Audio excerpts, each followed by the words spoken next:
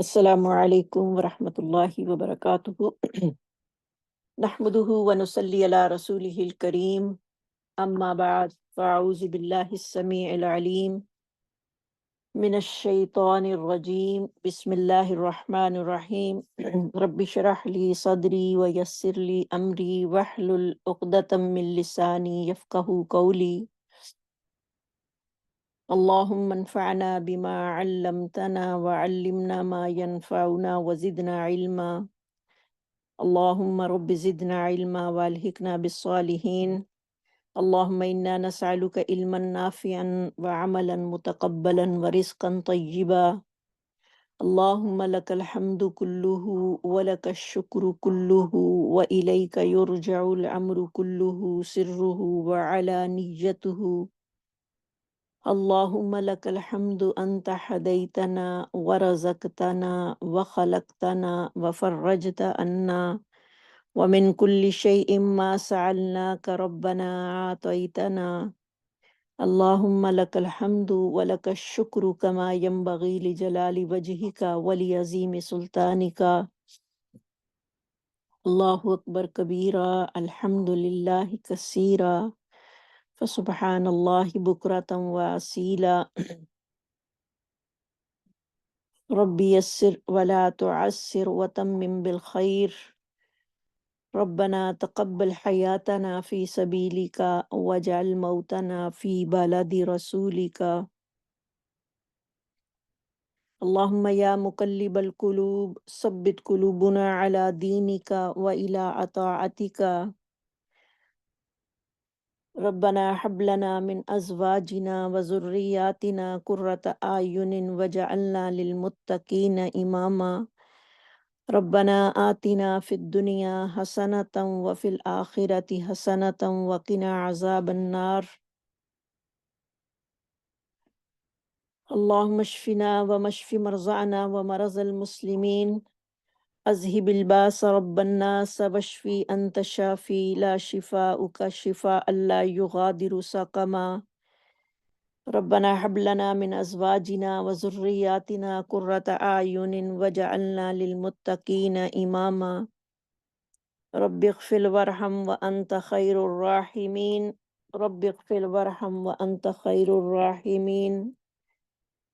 رب ارحمہما کما ربیانی صغیرا۔ رب ارحمہما کما ربیانی صغیرا۔ اللہم اغفر للمؤمنین والمؤمنات والمسلمین والمسلمات منہم احیاء والاموات انک سمیع قریب مجیب الدعوات۔ اللہم یا قاضی الحاجات اقض حاجاتنا وکل حاجات المسلمین والمسلمات۔ ربنا آتنا فی الدنیا حسنۃ وفی الآخرۃ حسنۃ وقنا عذاب النار۔ اللہم انا نسألک الجنۃ ونعوذ بک من النار۔ اللہم انا نسألک الجنۃ ونعوذ بک من النار۔ ربنا آتنا فی الدنیا حسنۃ وفی الآخرۃ حسنۃ وقنا عذاب النار۔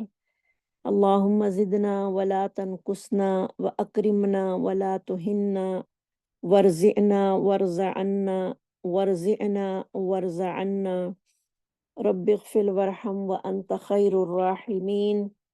رب اغفر وارحم وانت خیر الراحمین۔ ربنا تقبل منا انک انت السمیع العلیم۔ انشاءاللہ آج ہمارا لیسن ہوگا سورۃ المائدہ، پارہ نمبر 7، آیت نمبر 94 سے لے کر 102 تک۔ لفظی ترجمہ: یا ایہا الذین آمنوا، اے لوگو جو ایمان لائے ہو، لیبلونکم اللہ، البتہ ضرور آزمائے گا تم کو اللہ تعالی، بشیئن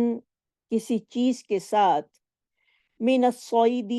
شکار میں سے، تنالوہ پہنچتے ہوں گے اس کو، ایدیکم تمہارے ہاتھ،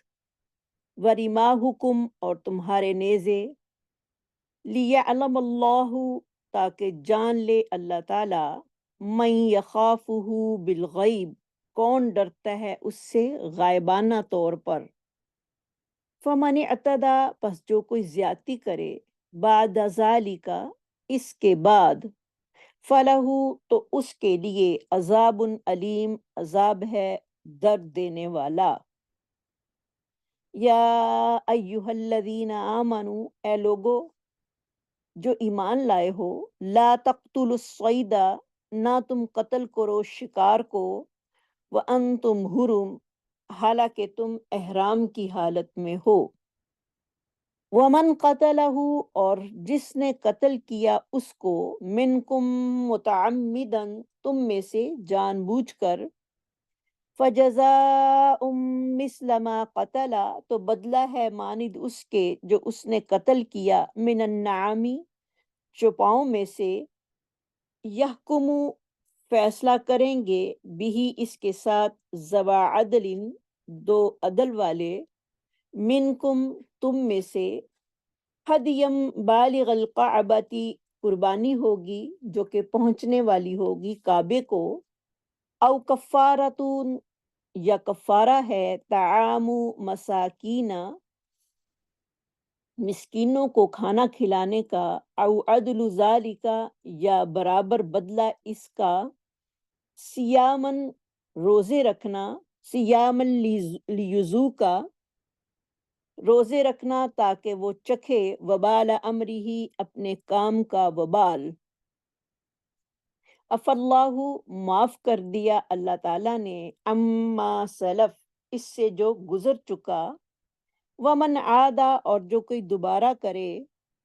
فینتقم اللہ، تو انتقام لے گا اللہ تعالیٰ اس سے، واللہ، اور اللہ تعالیٰ، عزیز،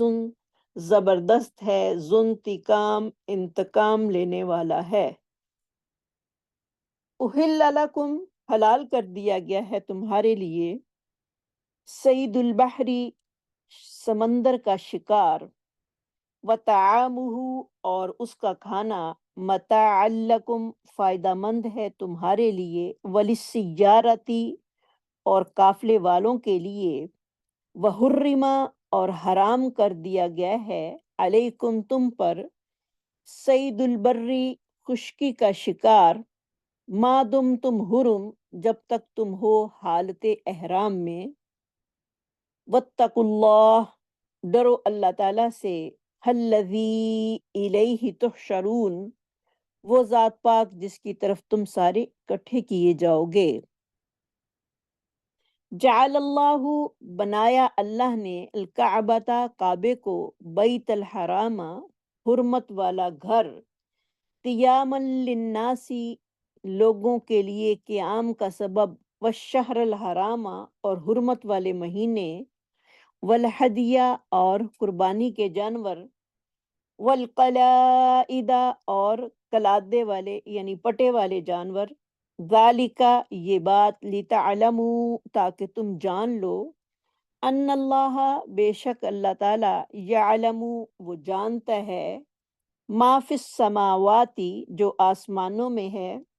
وما فی الارض، اور جو زمین میں ہے، وان اللہ، اور بے شک اللہ تعالیٰ، بکل شیء، ہر چیز کو، علیم، جاننے والا ہے۔ اعلموا، جان لو، ان اللہ، بے شک اللہ تعالیٰ، شدید العقاب، سخت سزا دینے والا ہے، وان اللہ، اور بے شک اللہ تعالیٰ، غفور الرحیم، بخشنے والا، مہربان ہے۔ ما علی الرسول، نہیں ہے ہمارے رسول پر، الا البلاغ، مگر پہنچا دینا پیغام کا، واللہ یعلم، اور اللہ تعالیٰ جانتا ہے، ما تبدون، جو تم ظاہر کرتے ہو، وما تکتمون، اور جو تم چھپاتے ہو۔ قل لا یستوی الخبیث، کہہ دیجئے نہیں برابر ہو سکتے ناپاک، والطیب، اور پاکیزہ، ولو اعجبک، اگرچہ اچھی لگے تم کو، کثرت الخبیث، ناپاکی کی کثرت، فاتقوا اللہ، پس ڈرو اللہ تعالیٰ سے، یا اولی الالباب، اے عقل والو، لعلکم تفلحون، تاکہ تم فلاح پا جاؤ۔ یا ایہا الذین آمنو، اے لوگو جو ایمان لائے ہو، لا تسألو، نہ تم سوال کرو، ان اشیاء، ان چیزوں کے بارے میں، ان تبدلکم، اگر وہ ظاہر کر دی جائیں تمہارے لیے، تسؤکم، تو تمہیں بری لگیں، وَإِن تَسْأَلُوا عَنْهَا، اور اگر تم سوال کرو ان کے بارے میں، حین ينزل القرآن، جس وقت نازل کیا جاتا ہے قرآن، تبدی لکم، ظاہر کر دی جائیں تمہارے لیے، عفا اللہ عنہا، درگزر کر دیا اللہ تعالیٰ نے ان سے، واللہ، اور اللہ تعالیٰ، غفور حلیم، بخشنے والا بردبار ہے۔ قد سألها قوم من قبلکم، تحقیق سوال کیا تھا ان کے بارے میں ایک قوم نے تم سے پہلے، ثم اصبحوا، پھر وہ ہو گئے، بہا، اس کے ساتھ، کافرین، کافر۔ علاوہ سنتے ہیں۔ يا أيها الذين آمنوا ليبلونكم الله بشيء من الصيد تناله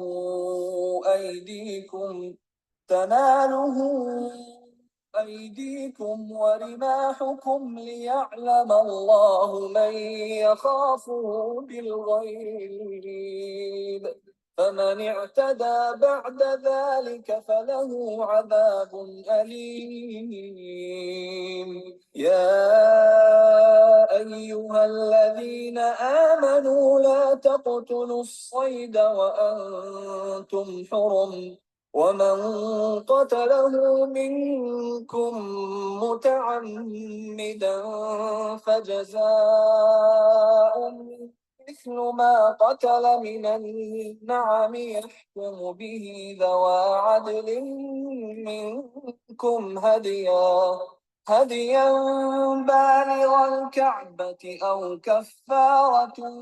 طعام مساكين أو عدل ذلك صياما ليذوق وبال أمره، عفى الله عما سلف، ومن عاد فينتقم الله منه، والله عزيز ذو انتقام. أحل لكم صيد البحر وطعامه متاعا لكم وللسيارة، وحرم عليكم صيد البر ما دمتم حرما، واتقوا الله الذي إليه تحشرون. جعل الله الكعبة البيت الحرام قياما للناس والشهر الحرام والهدي والقلائد، ذلك لتعلموا أن الله يعلم ما في السماوات وما في الأرض، وأن الله بكل شيء عليم. اعلموا أن الله شديد العقاب، وأن الله غفور رحيم.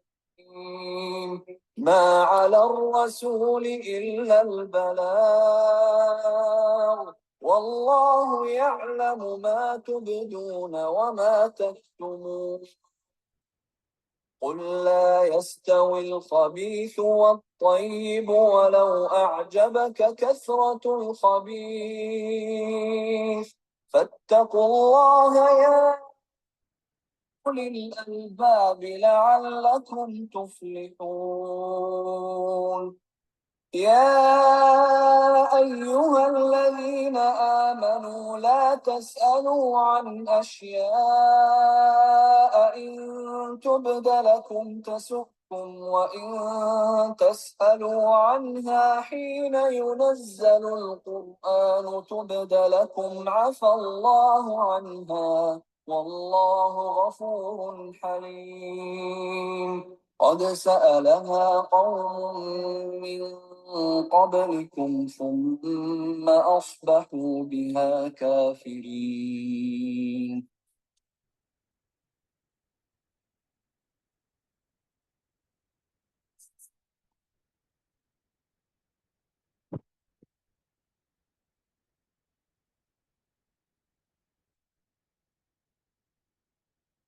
بسم اللہ الرحمن الرحیم یا ایہا الذین آمنوا، اے وہ لوگو جو ایمان لائے ہو، لیبلونکم اللہ، البتہ ضرور آزمائے گا تم کو اللہ تعالی، بشیء کسی چیز کے ساتھ، من الصید شکار سے۔ پچھلی آیات میں ہم شراب اور جوے کی اس کے بارے میں پڑھ رہے تھے کہ شراب اور جوا جو ہے وہ باہمی عداوت ڈالنے کا ذریعہ ہے، اور نماز سے روکنے کا اور اللہ کے ذکر کے روکنے کا ذریعہ ہے، اور کیونکہ یہ چیزیں اللہ کی یاد سے غافل کرنے والی ہیں، اس لیے اہل ایمان کے لیے یہ دونوں چیزیں جو ہیں وہ حرام کر دی گئی ہیں۔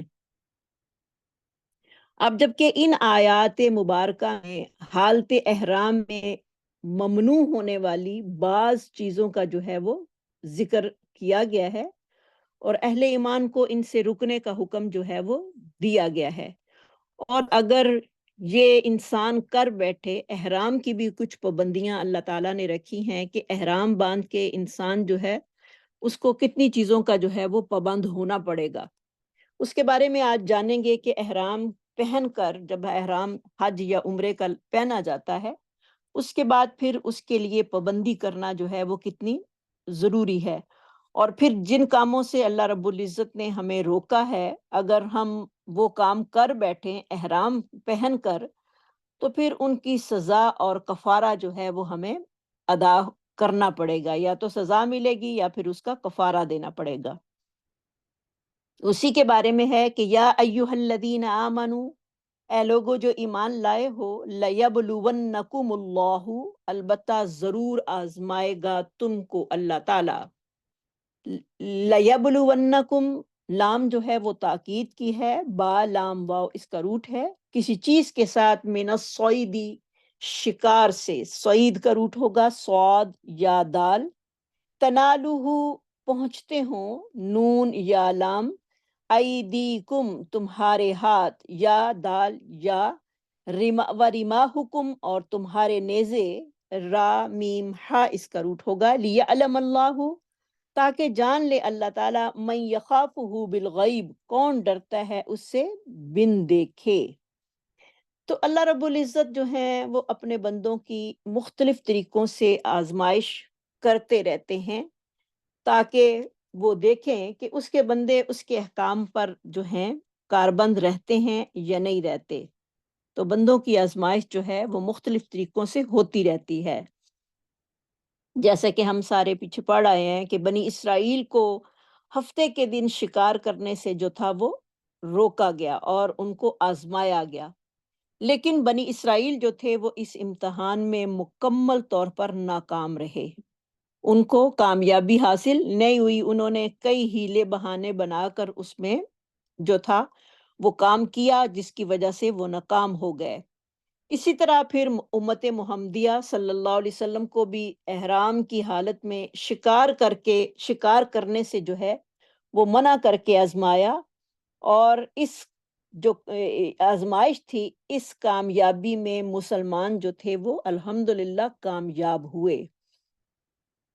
اور پھر اللہ رب العزت نے اپنی اطاعت کی وجہ سے، کیونکہ اطاعت ایک ایسی چیز ہے جو کہ انسان کو اوپر والے درجے پر لے جاتی ہے،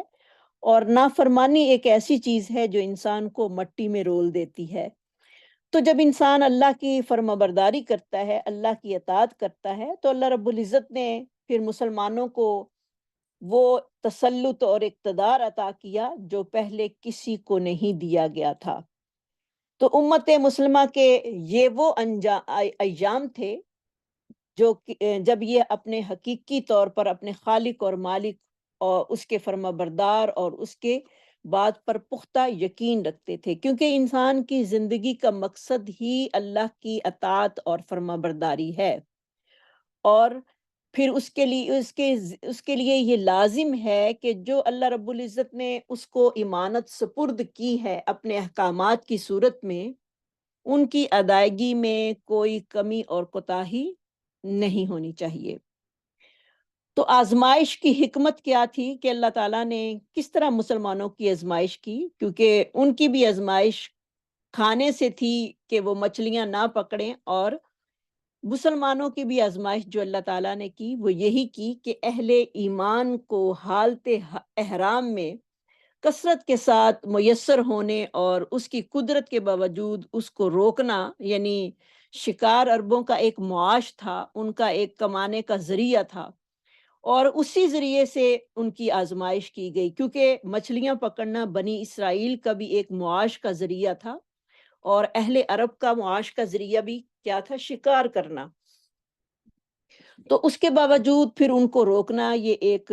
مسلمانوں کے لیے کڑا امتحان تھا، بہت سخت امتحان تھا، لیکن اللہ تعالیٰ کے فضل و کرم سے مسلمان جو تھے وہ کامیاب ہو گئے۔ وہ اس امتحان میں، یعنی اس امتحان کا مقصد ایسے لوگوں کو ظاہر کرنا تھا جو کہ بن دیکھے اللہ تعالیٰ کا خوف اپنے دلوں میں رکھتے ہیں، اور منافقت کو ظاہر کرنا تھا۔ سب سے بڑا مقصد یہ تھا کہ منافق جو ہیں ان کا بھی جو ہے وہ پتہ چل جائے کہ کون سے لوگ جو ہیں وہ اللہ کی فرما برداری کرنے والے ہیں، اور کون سے لوگ جو ہیں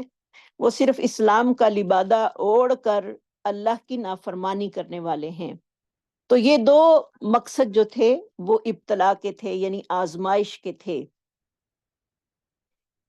یا ایہا الذین آمنو، اے لوگو جو ایمان لائے ہو، لیبلونکم اللہ، البتہ ضرور آزمائے گا تم کو اللہ تعالیٰ، بشیء من الصید،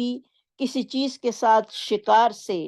تنالوہ ایدیکم ورماحکم، پہنچتے ہوں گے اس کو تمہارے ہاتھ اور تمہارے نیزے، لیعلم اللہ، تاکہ جان لے اللہ تعالیٰ کو پتہ چل جائے، من یخافہ بالغیب، کون ڈرتا ہے اس سے بن دیکھے۔ یعنی اللہ کو تو کسی نے نہیں دیکھا، اللہ رب العزت کو، لیکن آزمائش تھی ان کی کہ دیکھیں اللہ رب العزت سے جو ہے وہ کون ڈرنے والا ہے۔ تو اللہ رب العزت نے مسلمانوں کی آزمائش جو تھی وہ بھی معاش کے معاملے میں کی، جیسے کہ یہود کی آزمائش بھی جو تھی وہ معاش کے معاملے میں ہوئی، وہ ناکام ہو گئے، اور مسلمان جو تھے جن کا پکا اللہ پر یقین تھا وہ کامیاب ہو گئے۔ فَمَنِ اعْتَدَى بَعْدَ ذَلِكَ، پس جو کوئی زیادتی کرے اس کے بعد، تدا کا روٹ ہوگا عین دال واو،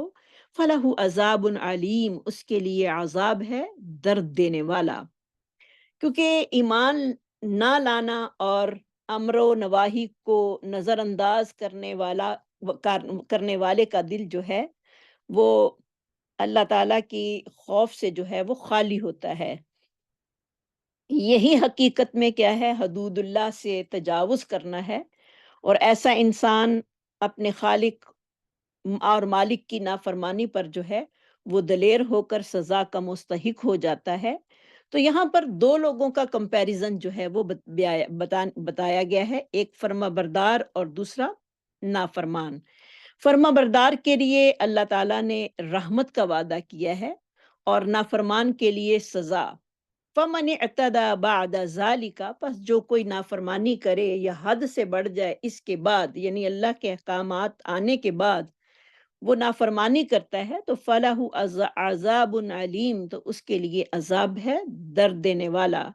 یعنی جو اللہ کا حکم مانے گا، ایمان بالغیب لائے گا، لوگوں کو نیکی کا حکم دے گا، برائی سے منع کرے گا، وہ اللہ تعالیٰ کی رحمت کا مستحق بن جائے گا۔ کیونکہ انسان کا ایمان جو ہے وہ بالغیب ہے، اور اسلامی عقیدہ کی ایسی بنیاد ہے جس پر صحیح عقائد پر جو ہے اس کی عمارت تعمیر ہوتی ہے، اور اسلامی تربیت کا سب سے پہلا زینہ ہی کیا ہے؟ آزمائش ہے، کہ آزمائش ہوگی۔ تو یہاں پر دو لوگوں کا کمپیریزن بیان کیا گیا ہے، ایک جو کہ اللہ کی فرما برداری کر کے اللہ کی رحمت کا مستحق بنتا ہے، اور دوسرا جو نافرمانی کر کے سزا کا مستحق جو ہے وہ بنتا ہے۔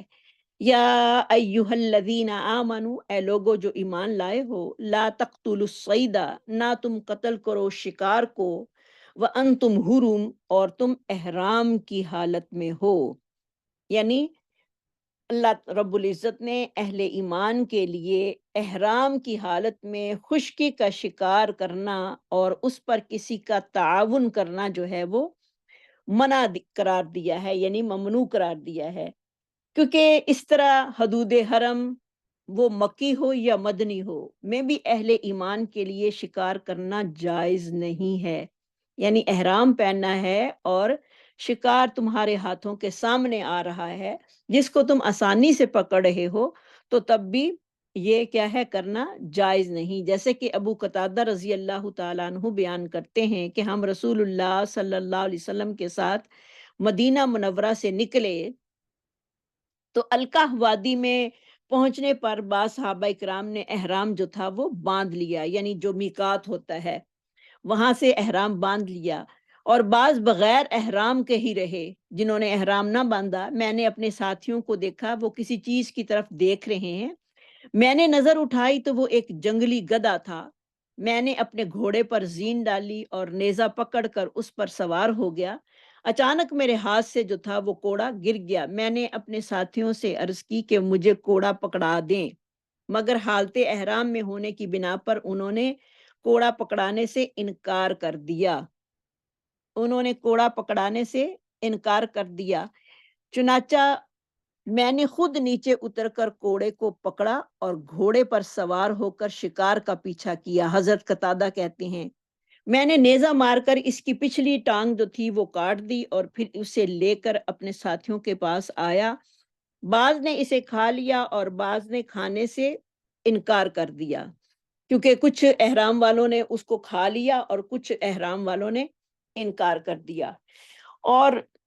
پھر ہم جب رسول اللہ صلی اللہ علیہ وسلم ہمارے جو تھے وہ آگے تھے، میں نے گھوڑا دوڑا کر رسول اللہ صلی اللہ علیہ وسلم کی خدمت میں حاضر ہوا،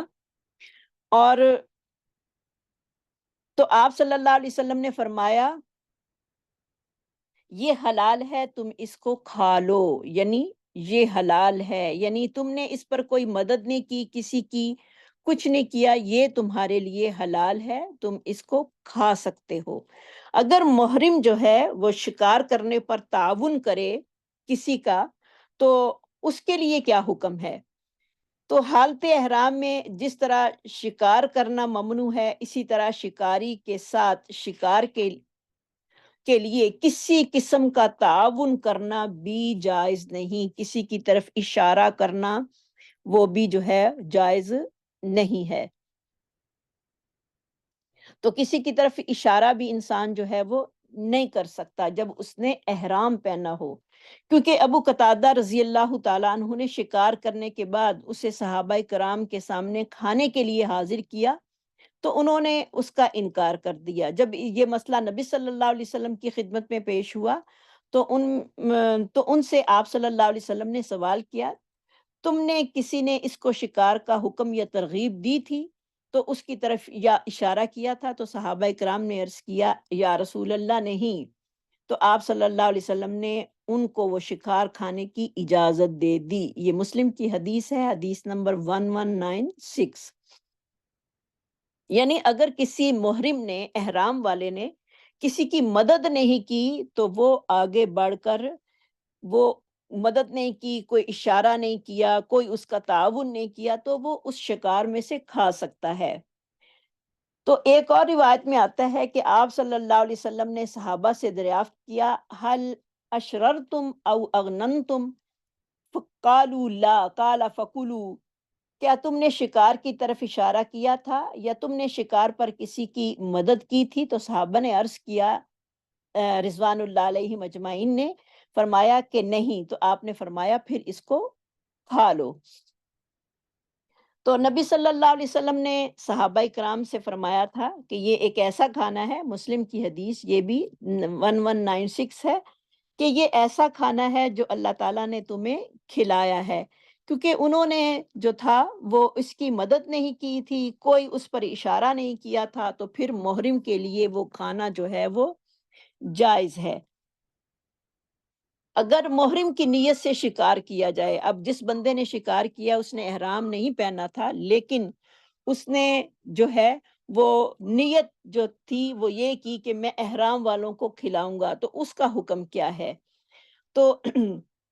چونکہ احرام کی حالت میں کسی قسم کا تعاون کرنا جو ہے وہ جائز نہیں۔ اسی طرح حلال آدمی نے محرم یا حج اور عمرے کے لیے باندھنے والوں کو کھلانے کی نیت سے شکار کیا، پھر بھی محرم کے لیے اس شکار کا گوشت کھانا جائز نہیں ہوگا۔ اگر اس کی نیت سے بھی کیا جائے تو تب بھی وہ اس کا گوشت نہیں کھا سکتا۔ اگر بغیر نیت کے اس نے اپنے لیے شکار کیا ہے لیکن احرام والوں کو بھی اس نے کچھ دے دیا ہے تو احرام والے اس سے کھا سکتے ہیں۔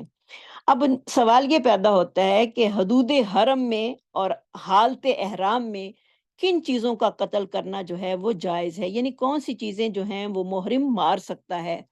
کوئی خطرناک چیز بھی اس کو کاٹ سکتی ہے، کیا وہ اس کو کاٹ سکتا ہے؟ کیونکہ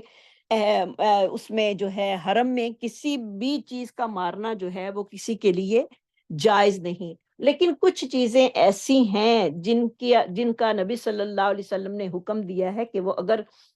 حالت احرام میں ہوں، حدود کی حرم میں ہوں، تو 5 چیزوں کو قتل کرنا جائز ہے، ورنہ تو وہاں پر ایک مکھی بھی ہم مار نہیں سکتے، اس کو بھی مارنا ہمارے لیے جائز نہیں ہے۔ یعنی جو بھی چیز حرم میں آ گئی ہے اس کو امن ہی امن ہے، لیکن 5 چیزیں ایسی ہیں جن کے بارے میں آپ صلی اللہ علیہ وسلم نے کہا ہے کہ انسان احرام کی حالت میں ہو یا حدود حرم میں ہو تو ان کو مار سکتا ہے۔ یعنی 5 جانور ایسے ہیں جنہیں احرام کی حالت میں قتل کرنے پر کوئی گناہ نہیں ہوگا۔ نمبر 1 بچھو، کیونکہ یہ ایک موذی چیز ہے، بچھو جہاں بھی کوئی نظر آ جائے اس کو مار دو۔ نمبر 2 چوہا۔ نمبر 3 باولا کتا، اگر وہ کتا ہلکا ہو گیا ہے تو اس کو بھی مار سکتے ہیں۔ نمبر 4 کوا، اور نمبر 5 چیل وغیرہ، ان کو بھی قتل کیا جا سکتا ہے، کیونکہ چیل بھی جو ہے وہ بھی ایک خطرناک ہے، اور کوے کے بارے میں بھی ہے کہ اس کو بھی قتل کر دیا جائے۔ ومن قتلہ منکم متعمدن، پس جو کوئی قتل کرے تم میں سے متعمدن جان بوجھ کر، عین میم دال اس کا روٹ ہے، متعمدن فجزاء مثل ما قتل من النعم، اب جس نے احرام باندھ کر جان بوجھ کر کسی کو قتل کر دیا یا کوئی شکار کر لیا، اب اس کا حکم کیا ہے کہ اس کی سزا کیا ہوگی؟ فجزاء مثل ما قتل، پس بدلہ ہے اس کا جو اس نے قتل کیا، من النعم چوپائے میں سے،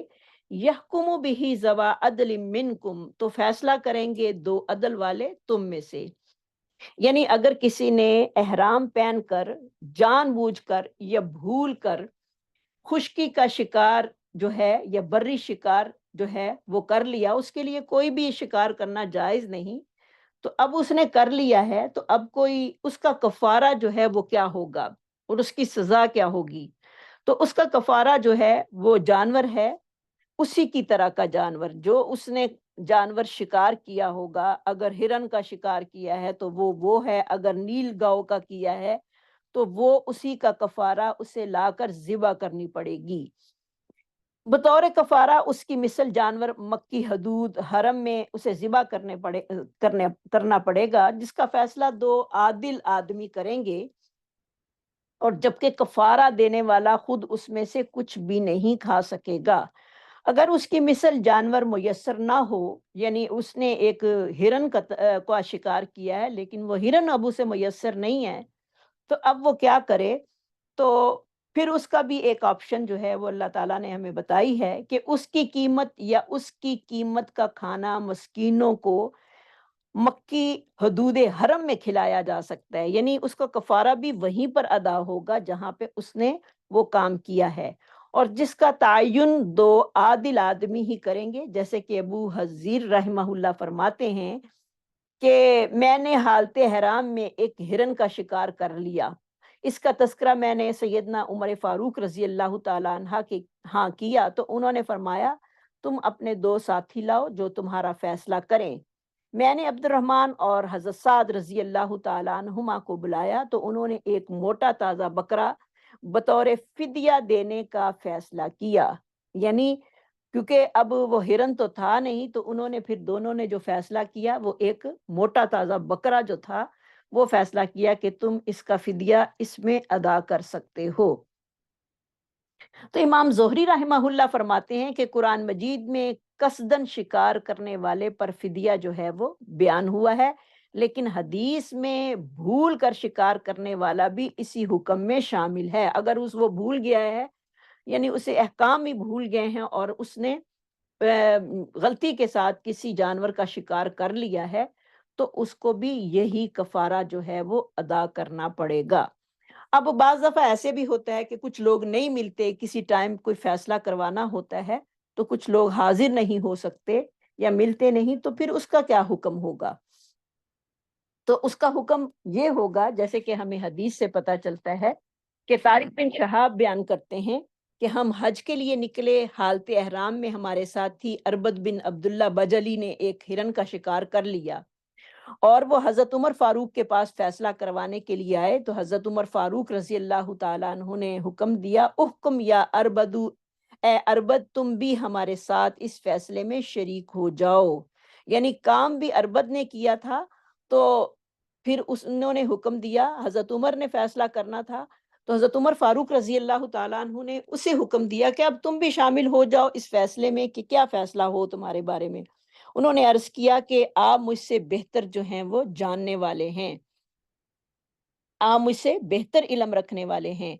تو حضرت عمر فاروق نے فرمایا، میں نے تجھے فیصلے میں شرکت کا حکم دیا ہے۔ تو اربد نے عرض کیا کہ میں ایک موٹی تازی بکری کا خیال کرتا ہوں، کیونکہ دونوں میں درخت کے پتے کھانا اور پانی پینا ایک طرح ہی مشترک ہے۔ جس طرح ہرن پانی پیتا ہے، پتے کھاتا ہے، اسی طرح یہ بکری بھی جو ہے جو موٹی تازی ہے، کیونکہ اب ہرن اس کے بدلے میں نہیں مل رہا، اس کے فدیے میں نہیں مل رہا، تو پھر وہ ہے اب ایک حضرت عمر شامل ہو گئے اور ایک وہ جس نے فدیہ دینا تھا وہ آدمی، دونوں نے مل کر جو تھا وہ فیصلہ کر لیا۔ اس طرح ویسے تو دو الگ آدمی جو ہیں وہ فیصلہ کریں گے، لیکن اگر کوئی آدمی نہیں مل سکا تو وہ جو جس نے فدیہ دینا ہے وہ بھی اپنا فیصلہ کر سکتا ہے اگر وہ مسائل کو جانتا ہے۔ تو حضرت عمر رضی اللہ تعالیٰ عنہ نے اور اربد نے رضی اللہ تعالیٰ عنہ نے، دونوں نے جو تھا یہ فیصلہ کیا کہ اب وہ جانور، یعنی جو اس نے ہرن کا شکار کیا تھا، اب ہرن جو ہے وہ مل نہیں رہا، تو اب بکری جو ہے وہ ہے، اور دونوں کا فیصلہ، انہوں نے جو فیصلہ کیا وہ اس خیال سے کیا کہ جتنا پانی وہ پیتی ہے اتنا ہی ہرن پیتا ہے، اتنا ہی یہ بکری پیتی ہے، اور اتنے ہی یہ پتے کھاتی ہے، یعنی وزن میں بھی ایک جیسی لگ رہی ہے۔ تو پھر حضرت عمر نے یہ فیصلہ جو تھا وہ قبول کر لیا۔ کہا فضا کا فی ہی، بالکل بات اسی طرح ہے۔ اب وہ قربانی کہاں کی جائے جو اس نے فدیہ دینا ہے؟ ہدیم بالغ الکعبتی، وہ ایسی قربانی جو کہ کعبہ کی طرف پہنچنے والی ہو۔ حالت احرام میں شکار کرنے والے کو کفارہ یعنی قربانی یا فدیہ یا اس کی قیمت حدود مکی حرم میں مساکین کو دینا لازم ہے، یعنی حرم کی حدود میں ہی اس کی جو ہے وہ قربانی دی جائے گی، کیونکہ اللہ رب العزت فرماتے ہیں قربانی کعبہ میں پہنچائی جائے، یعنی بلا اتفاق وہاں ذبح کر کے وہاں کے مسکینوں میں ہی تقسیم کی جائے، یعنی وہیں پر اس کا کفارہ ہوگا، کیونکہ وہیں پر اس نے جانور کا شکار کیا، حالت احرام میں کیا۔ اگر حالت احرام کے بغیر ہے تو پھر اس کا کوئی کفارہ وغیرہ نہیں ہوگا، اور اگر صرف حالت احرام میں ہے تو پھر اس کا شکار کا جو ہے وہ کفارہ ہوگا۔ او کفارۃ طعام مساکین، یا کفارہ دینا مسکین کو کھانا کھلانے کا، او عدل ذالک، یہ اس کے علاوہ آپشن ہے، اگر جانور نہیں مل رہا تو پھر مسکین کو کھانا کھلایا جائے گا، او عدل ذالک صیاما لیذوق وبال امرہ، یا اس کے برابر وہ روزے رکھے تاکہ وہ اپنے کام کا وبال جو ہے، اپنے گناہ کا وبال جو ہے وہ چکھے۔ اف اللہ عما سلف، درگزر کیا اللہ تعالیٰ نے وہ جو پہلے گزر چکا، یعنی اگر حالت احرام میں شکار کرنے والا شکار کی کوئی مثل یا کوئی پالتو جانور نہ پائے اور اس کی استطاعت نہ رکھتا ہو تو پھر کفارہ کیسے ادا کرے؟ جیسے کہ حضرت عبداللہ بن عباس رضی اللہ تعالیٰ عنہما بیان کرتے ہیں اگر محرم ہرن کا شکار کر لے تو وہ مکہ مکرمہ میں ایک بکری ذبح کرے، اگر اس کے پاس بکری نہیں تو 6 مسکینوں کو کھانا کھلائے۔ اس کا کفارہ کیا ہے؟ 6 مسکینوں کو کھانا کھلانا۔ اگر اس کے پاس کھانا کھلانے کی بھی استطاعت نہیں ہے، یعنی اتنے پیسے ہی نہیں ہیں اس کے پاس کہ وہ مسکینوں کو کھانا کھلائے، تو 3 روزے رکھے۔ اور 12 سنگا شکار کرنے والا، جو کہ جس نے 12 سنگا کا شکار کیا ہے، اس کے بدلے میں وہ کیا کرے؟ ایک گائے کا ذبح کرے، کیونکہ 12 سنگا جو ہے وہ زیادہ قیمتی بھی ہوتا ہے اور بڑا بھی ہوتا ہے۔ اور اگر اس کی استطاعت نہیں ہے 12 سنگا کو تو شکار کر لیا لیکن اب فدیے کی کوئی اس کے پاس کوئی نہیں ہے، تو پھر وہ 20 روزے رکھے گا۔ ہرن کی صورت میں 3 روزے رکھے گا، اور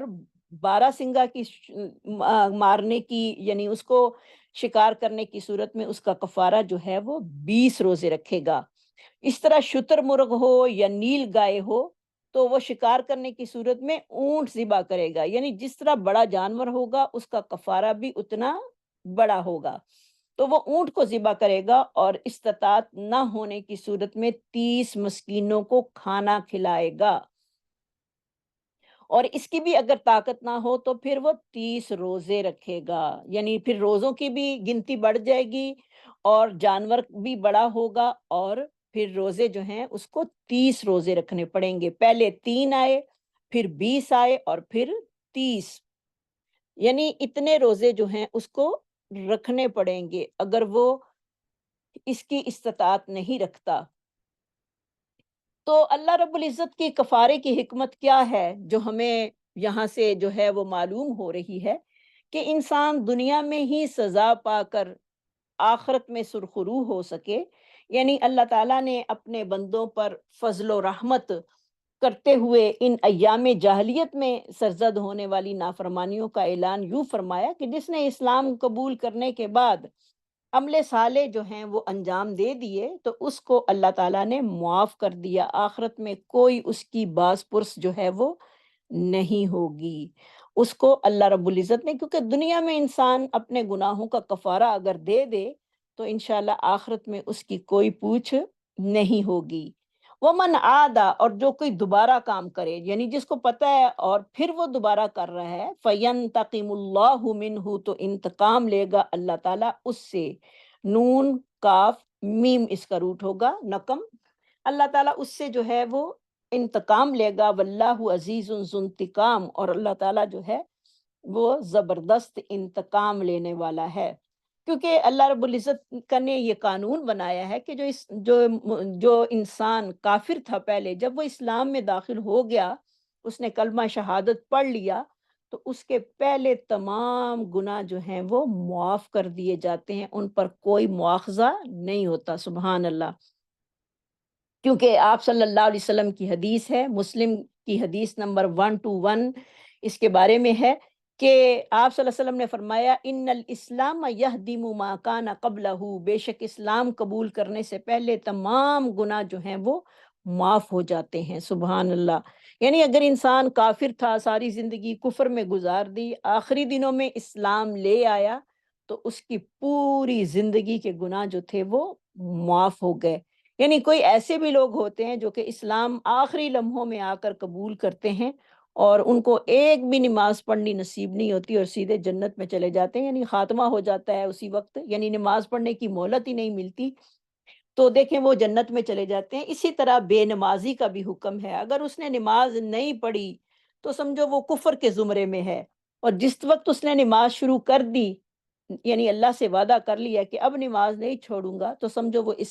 دائرہ اسلام میں داخل ہو گیا،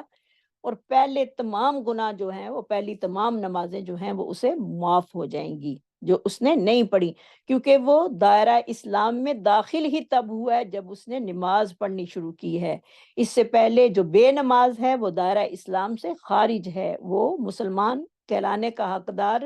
نہیں ہے۔ اور دنیا میں جب ظاہر ہے کسی جرم کی سزا انسان کو ملتی ہے تو پھر اللہ کا قانون ہے کہ اس کو آخرت میں سزا نہیں ملے گی، جیسے کہ کسی آدمی نے کسی کو قتل کر دیا اور دنیا میں اس نے قتل کا بدلہ جو ہے وہ لے لیا، یعنی اس کو بھی قتل کر دیا گیا، تو سمجھو اس نے دنیا میں اپنا بدلہ جو ہے وہ جھکا دیا ہے، اب آخرت میں اس پر کوئی سزا نہیں ہوگی۔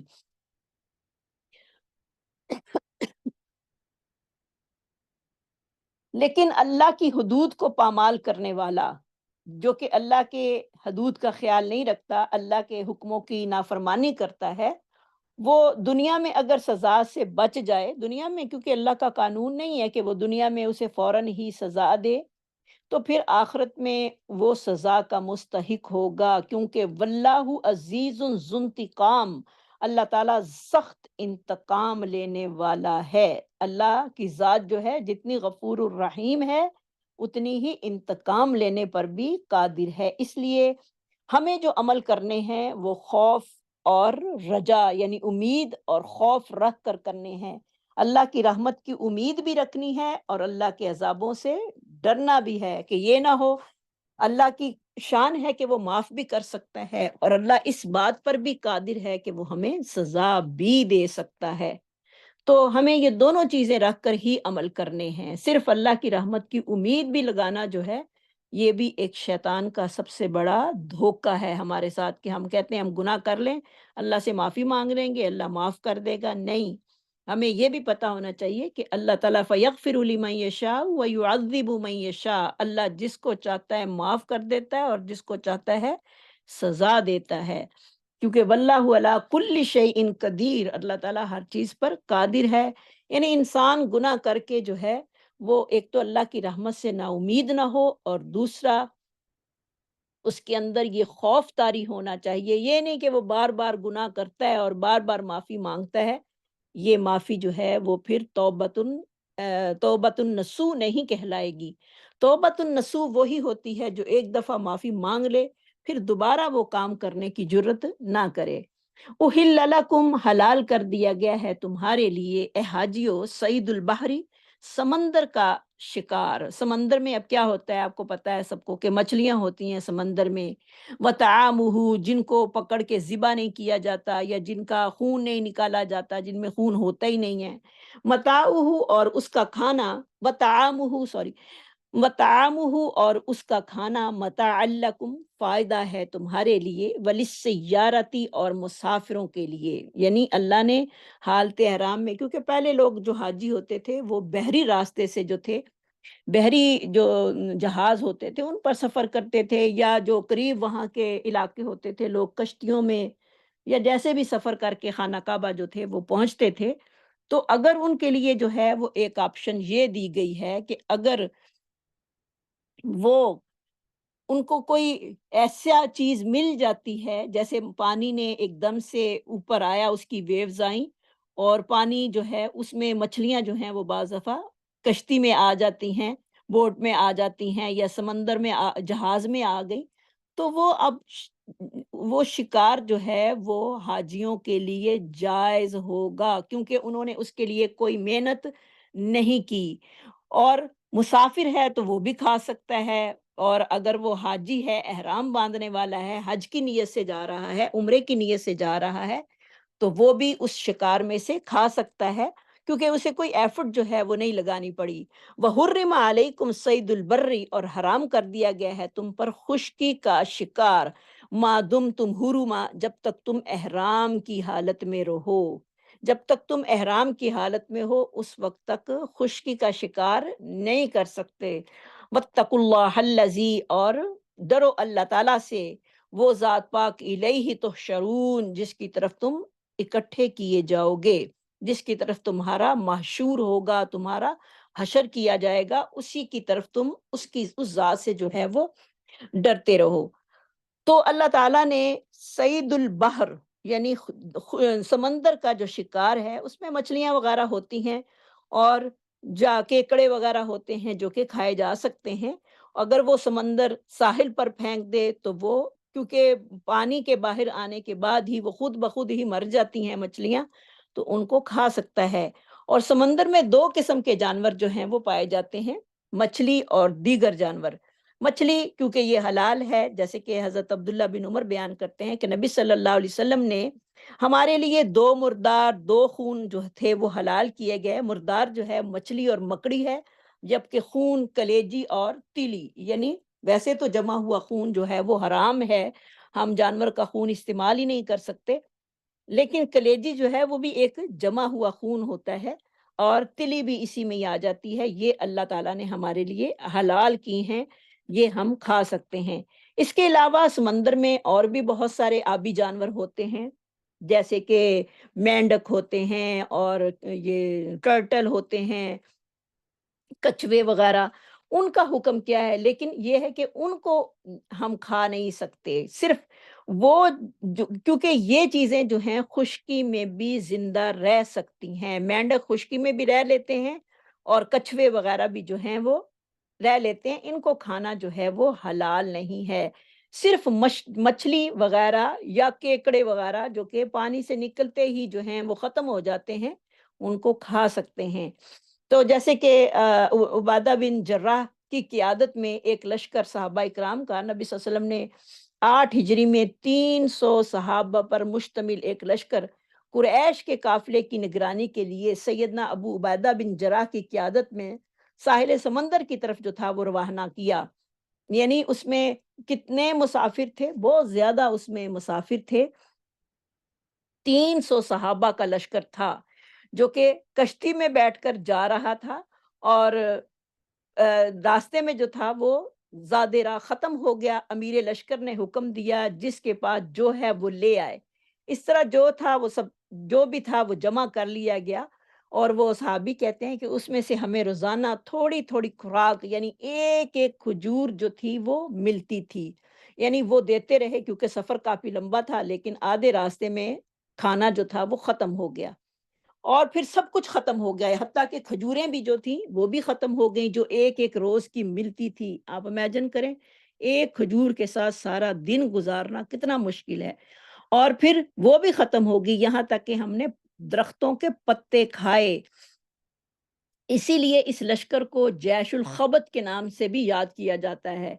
جب ہم ساحل سمندر پر پہنچے، یعنی جب ہماری منزل آ گئی، تو ایک بہت بڑی مچھلی جو کہ امبر نامی تھی باہر پھینکی، اور یعنی سمندر نے اٹھا کر اس کو ایک موج کے ساتھ باہر پھینکا۔ ہم نے 18 دن اس کا گوشت کھایا، سبحان اللہ! اللہ پھر کیسے کھلاتے ہیں انسانوں کو؟ 18 دن اس مچھلی کا گوشت کھایا، اس کی چربی جمع کی، ہمارے جسم جو تھے وہ موٹے تازے اور طاقتور ہو گئے، اور مچھلی اتنی بڑی تھی، سیدنا ابو عبیدہ رضی اللہ تعالیٰ عنہ نے اس کی پسلی کی ہڈی کو پکڑ کر زمین میں نصب کیا، تو اس کے نیچے سے ایک اونٹ سوار آدمی جو تھا وہ بآسانی گزر گیا، یعنی اتنی بڑی وہ مچھلی تھی، یعنی ویل وغیرہ ہوگی، اور بھی کئی مچھلیوں کی قسمیں ہیں جن کو ہم، اللہ کے لشکروں کو ہم جانتے نہیں، تو اتنی بڑی مچھلی جو تھی وہ اللہ تعالیٰ نے صحابہ کو نصیب کر دی اور انہوں نے کھائی۔ تو اللہ تعالیٰ کیسے رزق دیتے ہیں؟ جو اللہ کے راستے میں چلتے ہیں، جب انسان کا پکا یقین ہوتا ہے۔ وَحُرِّمَ عَلَيْكُمْ صَيْدُ الْبَرِّ، اور حرام کر دیا گیا ہے تم پر خشکی کا شکار، ما دم تم حرما، جب تک تم احرام کی حالت میں رہو، یعنی خشکی کا شکار جو ہے وہ تم نہیں کر سکتے، اور اگر کسی نے تعاون کیا ہے تو پھر بھی وہ اس کے لیے حلال نہیں ہوگا، جیسے کہ ابھی ہم نے پیچھے ابو قتادہ کی حدیث جو ہے وہ پڑھی ہے، جنہوں نے ایک گھریلو گدھے کو جو تھا وہ مارا، اور پھر اس کا گوشت جو تھا وہ صحابہ کو دیا، اور جو کچھ احرام والوں نے کھا لیا اور کچھ نے نہ کھایا، تو نبی صلی اللہ علیہ وسلم کے پاس جب یہ بات بیان ہوئی تو آپ صلی اللہ علیہ وسلم نے کہا اگر تم نے اس کی کوئی مدد نہیں کی تھی تو تم اس کو کھا سکتے تھے۔ وَاتَّقُوا اللَّهَ الَّذِي إِلَيْهِ تُحْشَرُونَ، اور ڈرتے رہو اللہ تعالیٰ سے، اللہ وہ ذات پاک ہے جس کی طرف تم اکٹھے کیے جاؤ گے، یعنی اللہ تعالیٰ نے جو دوسرے احکام کی طرح حالت احرام میں شکار کو بھی تقوی کے ساتھ جو ہے وہ منسلک کیا ہے، یعنی تقوی ایک ایسی چیز ہے، اللہ کا ڈر ایک ایسی چیز ہے جو انسان کو برے کاموں سے روکتا ہے، جو انسان کو برے کاموں سے روک کر اس کی فرض کی ادائیگی جو ہوتی ہے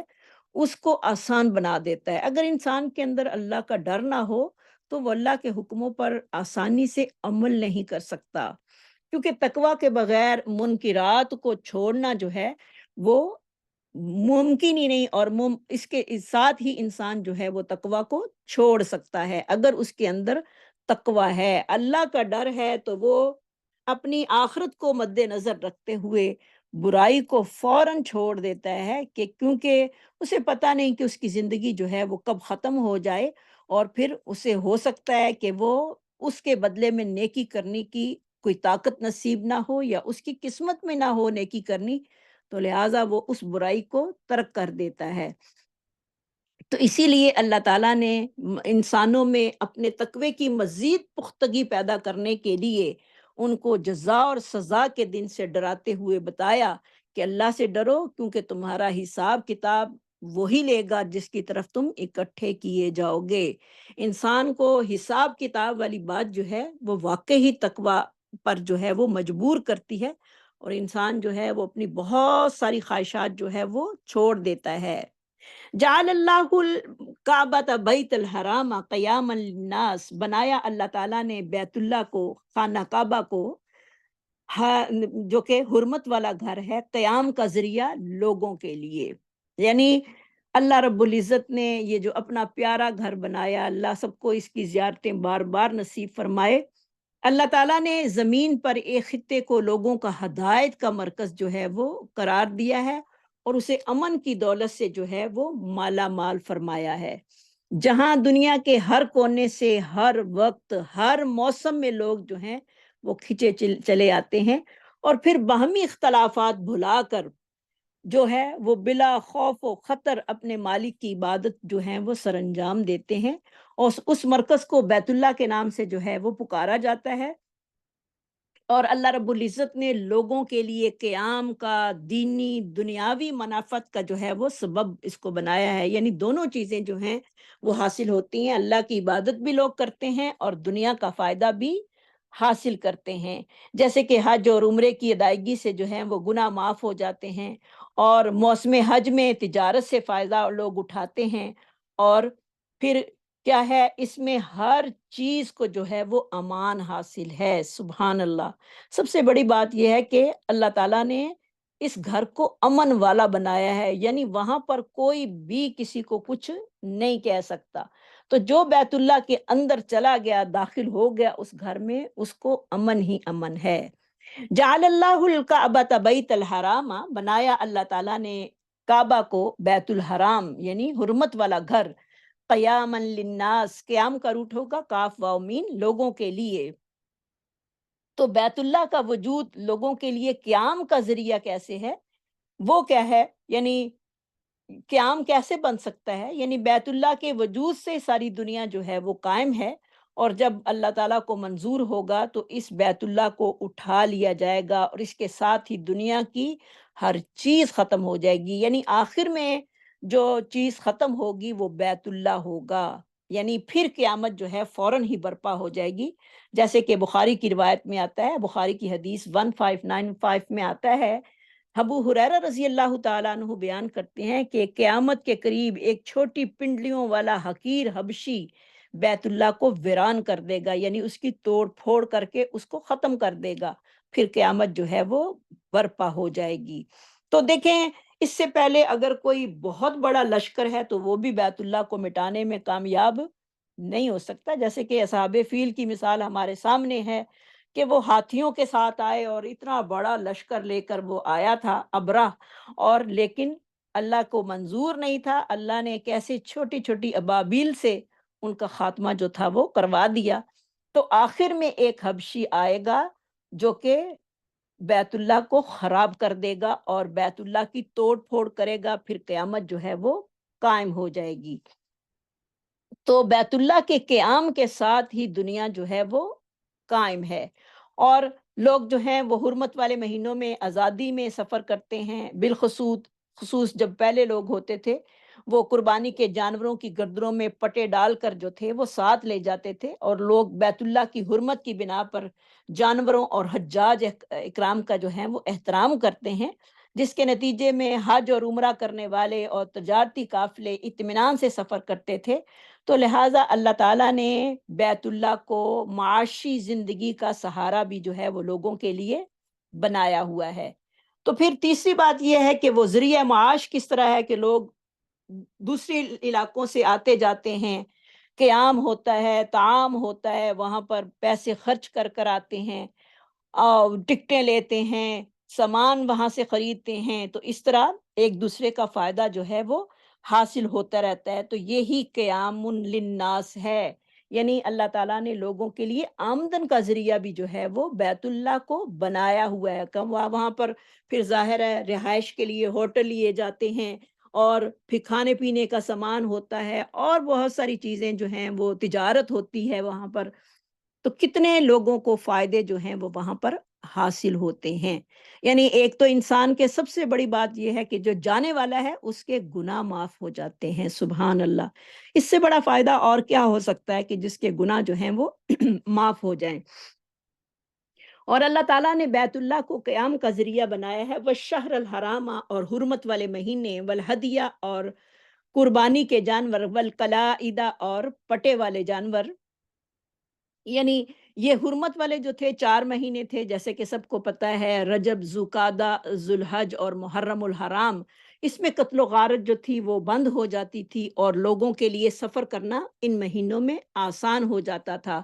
اور پھر روزی کمانا بھی آسان ہو جاتا تھا، اور پھر لوگ جو ہیں وہ بیت اللہ کی طرف قربانی کی غرض سے جانے والے جانوروں کا احترام بھی کرتے تھے، اور لوگ جو تھے وہ لوٹ مار سے جو تھے وہ محفوظ بھی ہو جاتے تھے، اور پھر حجاج اکرام کی جو تھے وہاں کے رہنے والے لوگ وہ خدمت بھی کرتے تھے۔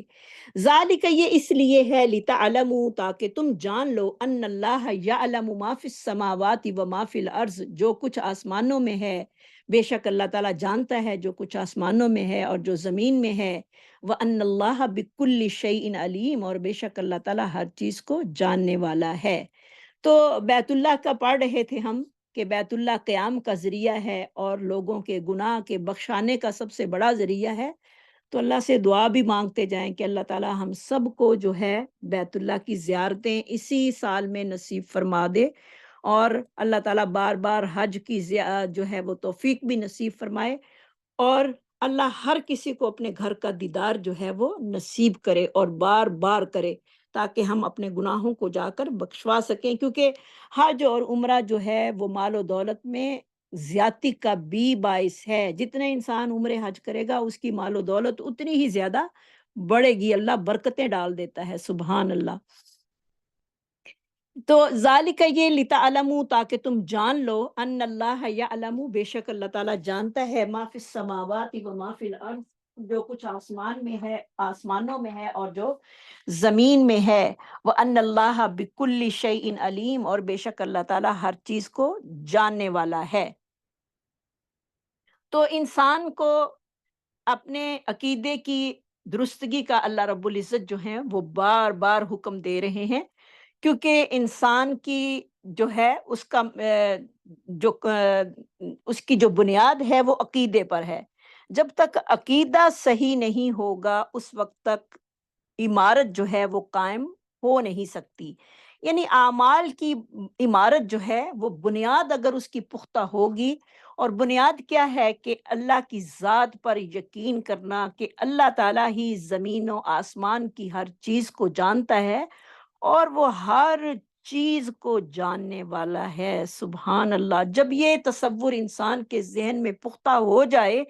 تو اسے کتنا اطمینان جو ہے وہ نصیب ہوتا ہے، اور اللہ رب العزت کی عظمت جو ہے وہ کتنی دل میں بڑھتی ہے جب انسان ادھر ادھر مخلوق کو دیکھتا ہے، اللہ کی بکھری ہوئی آیات کو جو کائنات میں بکھری پڑی ہیں وہ دیکھتا ہے، تو کتنا اللہ رب العزت کی ذات پہ انسان کو پیار آتا ہے کہ ہمارا رب اتنی بلندیوں کا، اتنی عظمتوں کا، اور اتنی بڑائیوں کا جو ہے وہ مالک ہے، سبحان اللہ۔ تو اس سے انسان کے عقیدے میں پختگی، اور اللہ تعالیٰ کی انسان نافرمانی سے بچنے کی حت الوسع جو ہے وہ کوشش کرتا ہے۔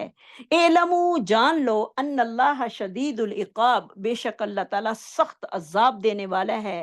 وَأَنَّ اللَّهَ غَفُورٌ الرحیم، اور بے شک اللہ تعالیٰ بخشنے والا مہربان بھی ہے۔ یعنی اللہ رب العزت پر مخلوق کا کوئی فعل جو ہے وہ پوشیدہ نہیں ہے، اور انسانوں اور جنوں کو نافرمانی پر، جبکہ اطاعت گزاروں کو گزاری پر گناہ کو معاف کرے گا، یعنی اللہ تعالیٰ جو ہے وہ نافرمانوں کو جو ہے وہ سزا بھی دے گا، اور پھر جو اطاعت گزار ہیں ان کے گناہوں کو معاف کرے گا. اور اللہ تعالیٰ اپنے بندوں کو کبھی مایوس نہیں کرتا، کیونکہ اللہ رب العزت کی رحمت جو ہے وہ بہت وسیع ہے. جیسے کہ حضرت ابو ہریرہ بیان کرتے ہیں کہ رسول اللہ صلی اللہ علیہ وسلم نے فرمایا، اگر اللہ تعالیٰ کے غضب اور اس کی پکڑ کا حال کسی مومن کو معلوم ہو جائے تو کوئی بھی جنت کی آرزو نہ کرے. اگر کسی کافر کو اس کی رحمت کی وسعت کا علم ہو جائے تو کوئی بھی اس کی جنت سے نا امید اور مایوس نہ ہو. یہ مسلم کی حدیث ہے، حدیث نمبر 2755. یعنی اللہ کی رحمت بھی اتنی بڑی ہے، لیکن اللہ کی رحمت جو ہے وہ اس کے غضب پر سبقت لے گئی ہے. یعنی اللہ کی رحمت اس کے غضب سے زیادہ ہے. سبحان اللہ. تو انسان کو اللہ کی رحمت سے کبھی بھی مایوس نہیں ہونا، کسی معاملے میں بھی اللہ کی رحمت سے مایوس نہیں ہونا. جیسے کہ ابو ہریرہ حدیث بیان کرتے ہیں کہ رسول اللہ صلی اللہ علیہ وسلم نے فرمایا کہ جب اللہ تعالیٰ نے مخلوق کو پیدا کیا، اس وقت اس نے اپنی کتاب کے اندر یہ بات لکھ کر اپنے پاس رکھی کہ میری رحمت میرے غصے پر غالب آ گئی. سبحان اللہ.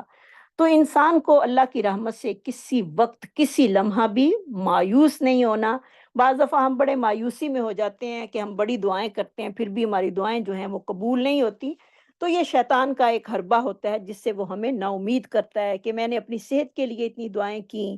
اپنے فلاں کام کے لیے میں نے اتنی دعائیں کی، لیکن ابھی تک نہیں. لیکن اس میں اللہ کی حکمتیں جو ہیں وہ شامل ہوتی ہیں، اور پھر ہمارے سامنے وہ معاملہ آتا ہے تو ہم کہتے ہیں کہ واقعی اس میں اللہ کی بہت بڑی حکمت، اور ہمارے لیے وہ اس میں خیر ہی خیر پوشیدہ ہوتی ہے. کیونکہ دعا کرنا بھی ایک عبادت ہے، اور اللہ کو اچھا لگتا ہے کہ ہم اللہ سے مانگیں، اور ہمیں ہر وقت اللہ سے مانگنا بھی چاہیے، کیونکہ اس کی ذات دینے پر قدرت رکھتی ہے. اس کو کوئی نہ کوئی عمل بندے کا پسند آ جاتا ہے جس کی بنا پر وہ اس کو معاف کر دیتا ہے. ما علی الرسول الا البلاغ، اور نہیں ہے ہمارے پیغمبر پر مگر پیغام کا پہنچا دینا. واللہ یعلم ما تبدون وما تکتمون، اور اللہ تعالیٰ جانتا ہے جو تم ظاہر کرتے ہو اور جو تم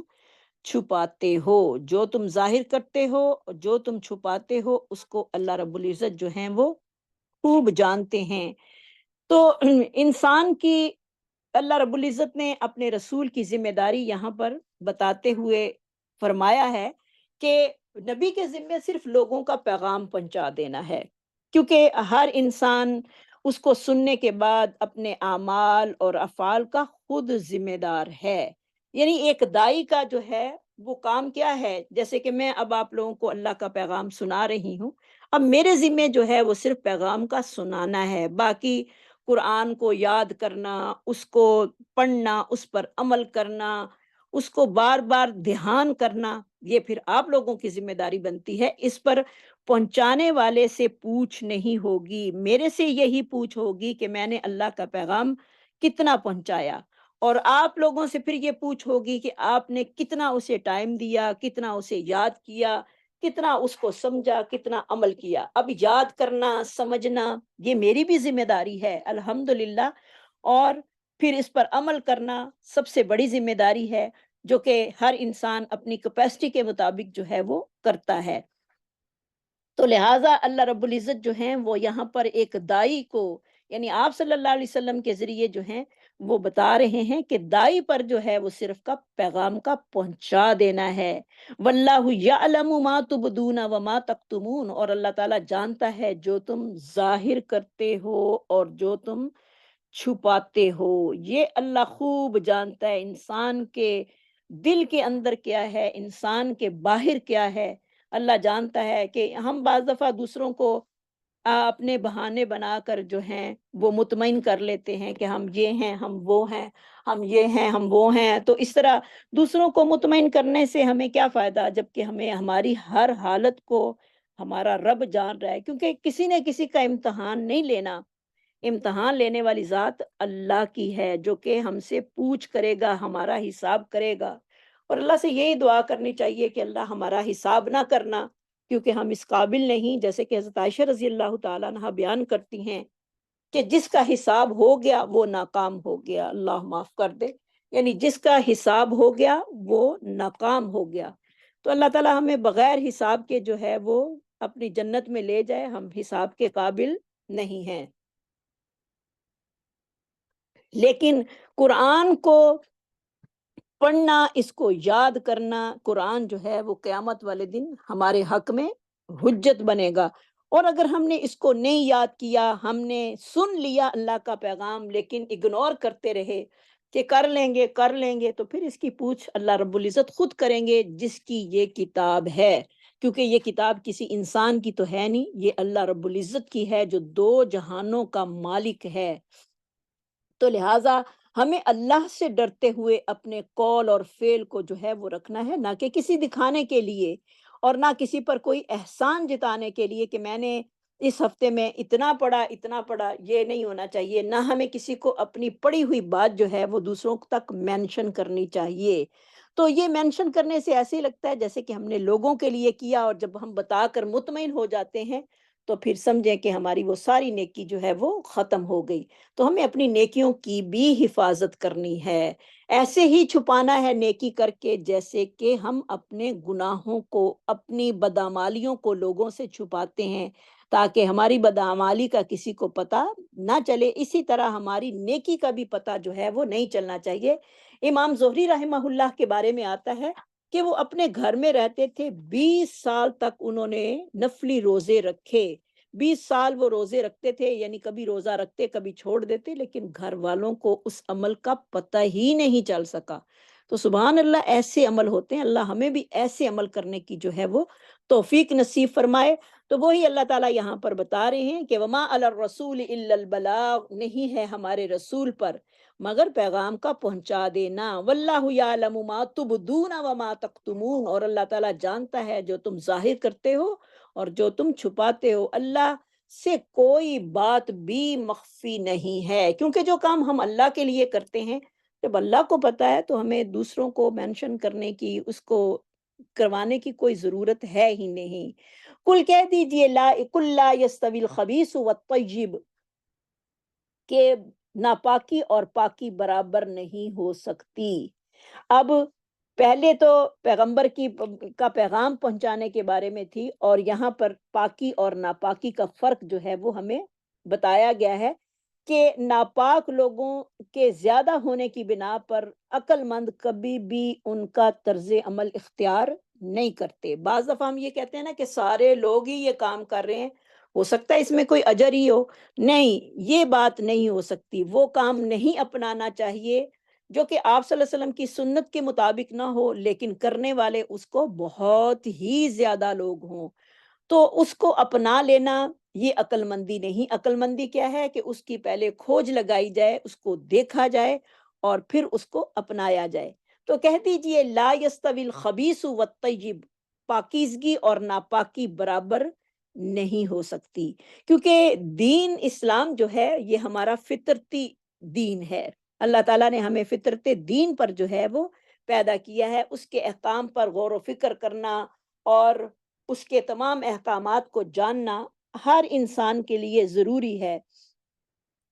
کیونکہ ہر انسان کو اللہ تعالیٰ نے عقل دے کر دنیا میں بھیجا ہے اور خیر اور شر کا راستہ اس کو بتا دیا ہے۔ اور انسان کی سوچ جو ہے، اللہ رب العزت نے اسے اتنی عقل دی ہے، اسے پتہ ہے کہ یہ راستہ میرے لیے برا ہے اور یہ راستہ میرے لیے اچھا ہے۔ تو اس لیے اللہ رب العزت اسی کی طرف اشارہ کرتے ہوئے فرماتے ہیں کہ طیب اور خبیث، یعنی ناپاکی اور گندگی کبھی آپس میں برابر نہیں ہو سکتے۔ تو سکالرز نے اس کی مختلف چیزیں جو ہیں اس سے مراد لی ہیں۔ امام بصری، حسن بصری رحمہ اللہ نے حرام اور حلال بتایا ہے کہ وہ برابر نہیں ہو سکتے۔ امام سدی رحمہ اللہ نے کہا ہے کہ مومن اور کافر برابر نہیں ہو سکتے، کیونکہ مومن پاک ہے اور خبیث کافر جو ہیں وہ خبیث ہیں، گندے ہیں، وہ ناپاک ہیں، وہ برابر نہیں ہو سکتے۔ اور بعض اسکالرز نے اس سے فرما برداری اور نافرمانی لی ہے کہ فرما بردار اللہ کے جو بندے ہیں اور جو اللہ کے نافرمان ہیں وہ بھی برابر نہیں ہو سکتے۔ اور امام قرطبی رحمہ اللہ بیان کرتے ہیں کہ صحیح بات اور درست بات وہ دونوں آپس میں برابر نہیں ہو سکتی۔ اور طیب سے مراد وہ لوگ جو جائز ذرائع آمدن کماتے ہیں اور اعمال صالحہ کرتے ہیں، لوگوں کو فائدہ پہنچانے والے ہیں، اور تمام علوم و فنون اور پاکیزہ اور حلال اشیاء اور تمام وہ امور جو دنیاوی اخروی انجام سے بہتر ہوں وہ ہیں۔ جبکہ جو خبیث ہے وہ ہر بے فائدہ چیز، وہ کام جس کے کرنے سے شریعت مطہرہ نے منع کیا ہے، اگرچہ وہ انجام کے لحاظ سے بھی اچھا نہ ہو، تو وہ کیا ہے؟ وہ ناپاک ہے، وہ خبیث ہے۔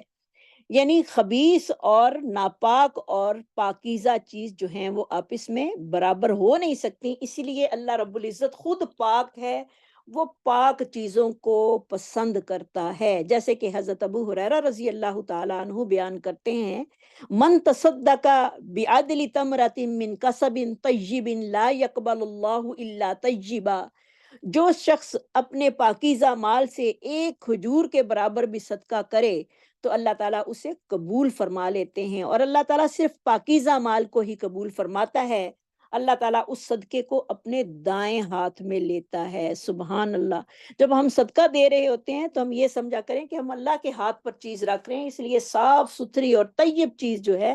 وہ ہمیں دینی چاہیے۔ پھر دینے والے کے لیے وہ بڑھاتا ہے، جس طرح تم میں سے کوئی ایک اپنے گھوڑے کے بچے کو بڑھاتا ہے، حتیٰ کہ وہ اس کھجور کو پہاڑ کے برابر جو ہے وہ ہو جاتی ہے، سبحان اللہ۔ یہ بخاری شریف کی روایت ہے، حدیث نمبر 1410 ہے۔ تو اللہ رب العزت کو پاکیزہ چیزیں پسند ہیں، ناپاک چیزیں یعنی وہ ذرائع جو کہ حلال نہیں ہیں، اس سے کمایا ہوا مال، چاہے انسان کتنے صدقے کر لے، کتنی خیراتیں کر لے، کتنے عمرے حجیں کر لیں، کچھ بھی قبول نہیں ہے۔ اللہ تعالیٰ پاک ہے اور وہ پاک کو ہی پسند کرتا ہے۔ تو اس لیے ہر عورت کا یہ فرض ہے کہ وہ اپنے خامد کو یہ چیز مینشن کرائے کہ میں تھوڑے میں گزارا کر سکتی ہوں، لیکن حلال کمائی ہونی چاہیے، حرام نہیں ہونا چاہیے۔ حرام کی کمائی سے نہ تو انسان کی کوئی نماز قبول ہے، نہ اس کا صدقہ قبول ہے، کوئی عبادت جب قبول نہیں تو پھر اس کا فائدہ ہے، پھر آگے سے جو بچے پیدا ہوں گے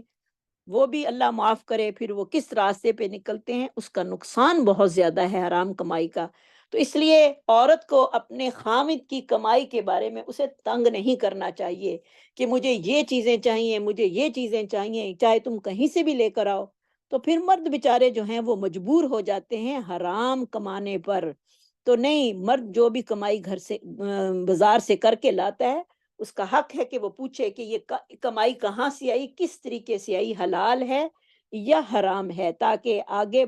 جو نسلیں پروان چڑھنے والی ہیں وہ اللہ کی کچھ فرما بردار پیدا ہوں۔ تو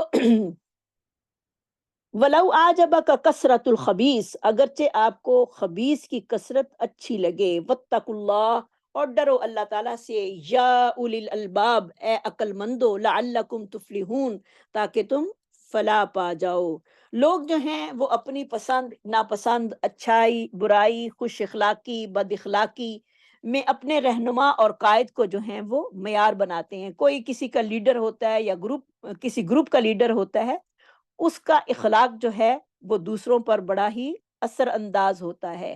تو یہاں پر اللہ تعالیٰ فرما رہے ہیں کہ ولو اعجبک کثرت الخبیث، اگر تمہیں خبیث کی کثرت، یعنی جب مال حرام آتا ہے گھر میں تو اس کی بہتات بہت زیادہ ہوتی ہے،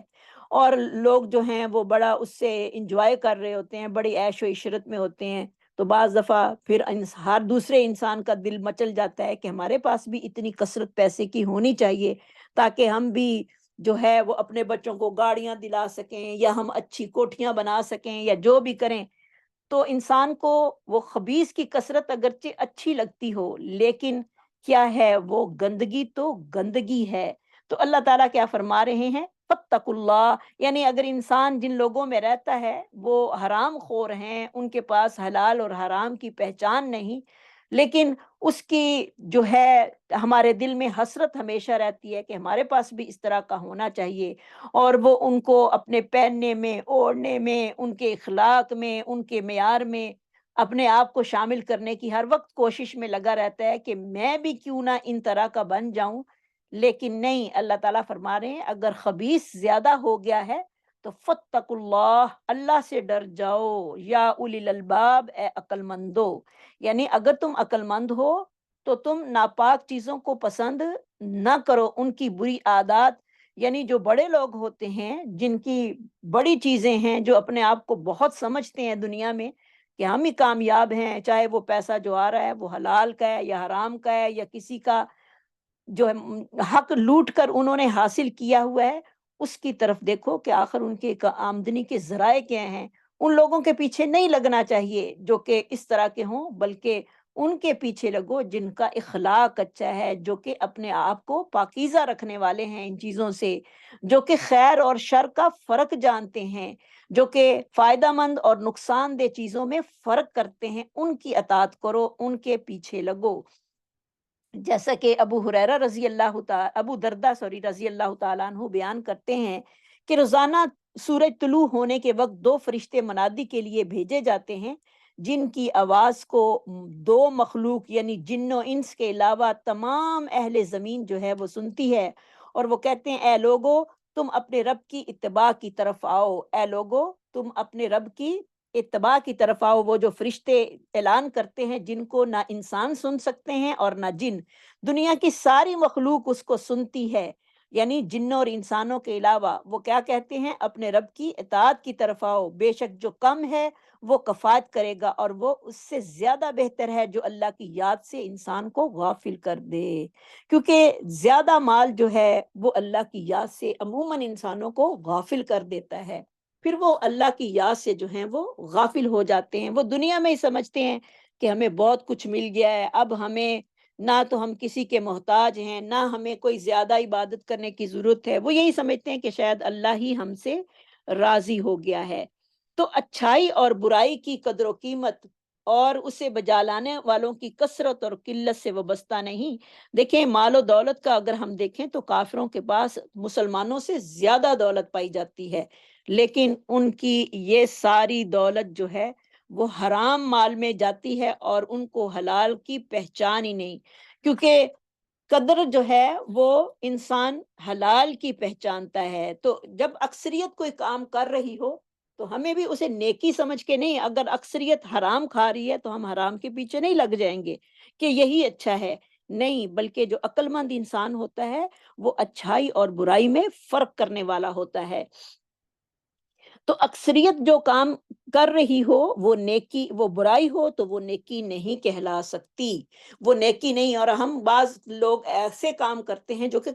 اکثریت کرتی ہے، تو ہم کہتے ہیں اب تو سارے ہی یہ کر رہے ہیں، تو ساروں کو دیکھ کر ان کی ریس کرنا جائز نہیں ہے، اگرچہ اس کا انجام برا ہی ہو، وہ کسی میں بھی ہو، چاہے وہ ہماری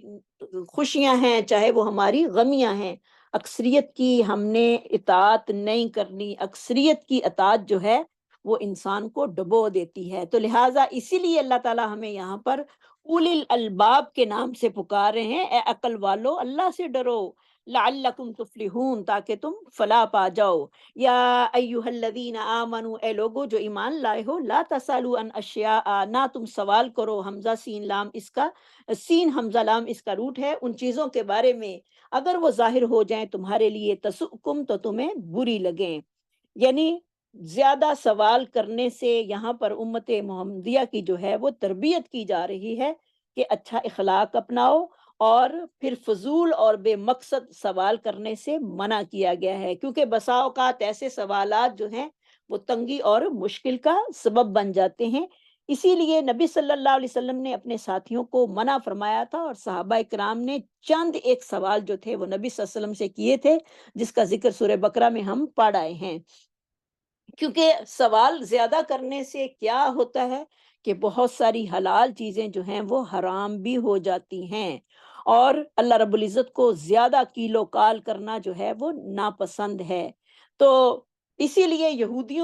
جو تھے وہ بہت زیادہ سوال کرتے تھے، ان کے سوال کرنے کی بنا پر ان پر اکثر چیزیں جو تھیں وہ حرام ہو گئی تھیں۔ تو اس لیے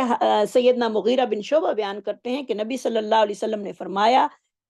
کہ اللہ تعالیٰ نے تم پر ماؤں کی نافرمانی اور ناحق مطالبات اور لڑکیوں کو دفن کرنا حرام قرار دیا ہے، اور مال کو ضائع کرنا، 3 چیزیں اس نے تمہارے لیے ناپسند کی ہیں، کیل و کال کرنا، بہت فضول اور بے مقصد باتیں کرنا، کسی کے ساتھ کثرت سوال کرنا، کسی سے سوال ہی پوچھے جانا۔ بعض لوگ جو ہیں وہ بہت سے علماء کو صرف آزمانے کے لیے ہی سوال کرتے ہیں کہ ان کو کچھ آتا بھی ہے یا نہیں، اور مال کو ضائع کرنا، جہاں پر $1 لگنا ہے وہاں پر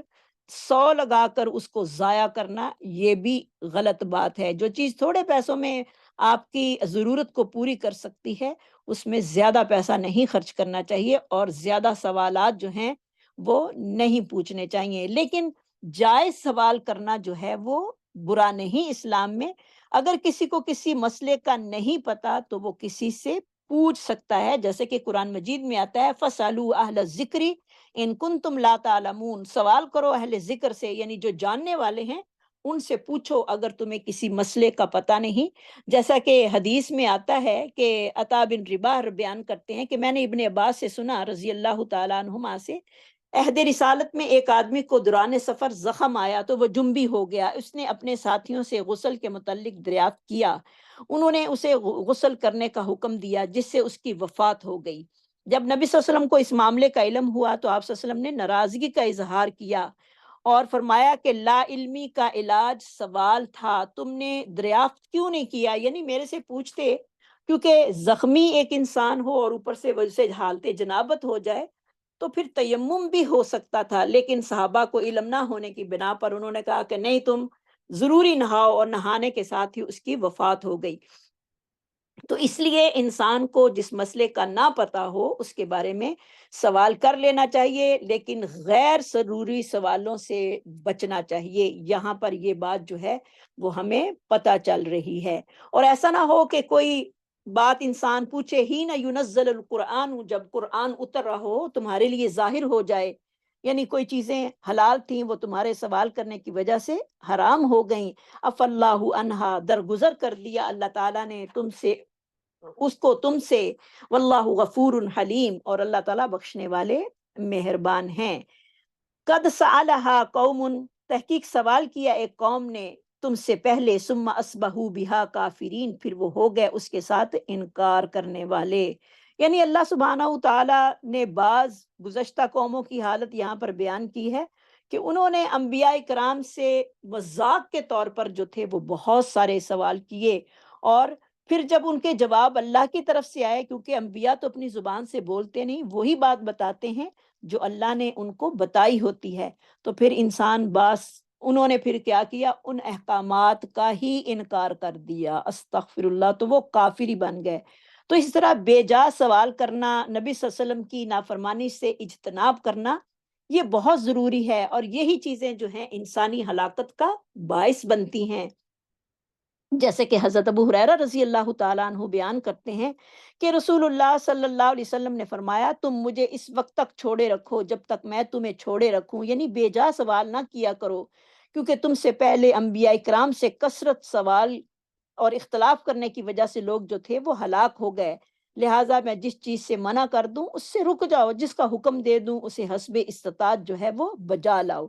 تو اللہ نے جو ہمیں حکم دیے ہیں ہم اسے مان لیں، جو اللہ کے نبی نے حکم دیے ہیں اسے مان لیں، اور جس سے منع کیا ہے اس سے رک جائیں۔ جیسے کہ عبداللہ بن عباس کے پاس ایک عورت آئی، نہیں سوری، عبداللہ بن عباس ہی تھے، تو انہوں نے اس کو کہا کہ اللہ تعالیٰ نے ان عورتوں پر لعنت کی ہے جو اپنے چہرے کے بال جو ہیں وہ نوچتی ہیں، یعنی آئی بروز وغیرہ بناتی ہیں۔ تو اس عورت نے آئی بروز جو تھے وہ بنائے ہوئے تھے، تو اس نے کہا کہ قرآن مجید میں کہاں یہ بات آئی ہے؟ میں نے تو سارا قرآن پڑھا ہے۔ انہوں نے کہا قرآن میں یہ اللہ نے بات بتائی ہے۔ پھر اس نے کہا، حضرت عبداللہ بن عباس کہنے لگے کہ تم نے قرآن کو صحیح پڑھا ہی نہیں، اگر تم پڑھتی تو تمہیں یہ آیت ملتی، ما آتاکم الرسول فخذوہ وما نہاکم عنہ فانتہوا، جو اللہ کا رسول تمہیں دے دے اس کو لے لو، اور جس سے وہ منع کرے اس سے رک جاؤ۔ تو لہٰذا اپنے آپ کو ان چیزوں سے روکنے کی کوشش کرو۔ تو انہوں نے پھر یہ بات جو تھی وہ بتائی، پھر اس عورت کی عقل میں آئی کہ واقعی اللہ کے نبی نے عورتوں کو چہرے کے بال اکھاڑنے سے جو ہے وہ منع کیا ہے، اس میں صرف آئی بروز ہی ہیں، باقی اپر لپس وغیرہ یا انسان کے کوئی نیچے اس کی چن کے نیچے کوئی بال آ جائیں تو وہ مردوں کی مشابت اس کے لیے کرنی جائز نہیں، باقی ان چیزوں سے بچنا اس کے لیے بہت ضروری ہے، کیونکہ اللہ کے نبی نے یہ قرآن میں بھی حکم ہے اور اس کی جو تفسیر کی ہے وہ حدیث نے یہی کی ہے۔ تو لہٰذا جو اللہ کے نبی کریں اس جو حکم دیں وہ کر لو، جس سے منع کریں اس سے رک جاؤ۔ قد سألہا قوم من قبلکم، تحقیق سوال کیا تھا تم سے پہلے، یعنی لوگ بھی اس بارے میں پوچھتے رہتے ہیں، لیکن جب ان کو منع کرو، نبی کی حدیث سناؤ تو پھر ماننے کے لیے تیار نہیں ہوتے۔ قد سالہا قوم من قبلکم، تحقیق سوال کیا ایک قوم نے تم سے پہلے، ثم اصبحوا بہا کافرین، پھر وہ اس کے ساتھ کافر ہو گئے، انکار کرنے والے ہو گئے، یعنی دائرہ کفر میں چلے گئے۔ تو لہٰذا ان تمام چیزوں کو ہمیں مد نظر رکھنا ہے، اور یہ سب چیزیں ہمیں تب پتہ چلیں گی جب ہم قرآن کے ساتھ اور حدیث کے ساتھ جڑیں گے۔ جب تک ہم قرآن اور حدیث کے ساتھ نہیں جڑیں گے ہمیں اپنے دین کا پتہ چل ہی نہیں سکتا۔ جب ہمیں نہیں پتہ ہوگا آگے ہماری نسلوں کو کیا پتہ چلے گا؟ تو لہٰذا اللہ تعالیٰ ہمیں اس قرآن کے ساتھ تا حیات جوڑے رکھے، اور جب تک زندگی ہے اللہ تعالیٰ اس کو پڑھنے اور پڑھانے والوں میں ہمیں شامل فرمائے، آمین۔ اللہ تعالیٰ ہم سب کا بیٹھنا یہاں پر قبول فرمائے، اور اللہ ہم سب کے گناہوں کو معاف فرمائے۔ وآخر دعوانا ان الحمد للہ رب العالمین۔ تو انشاءاللہ میں وہ کھولتی ہوں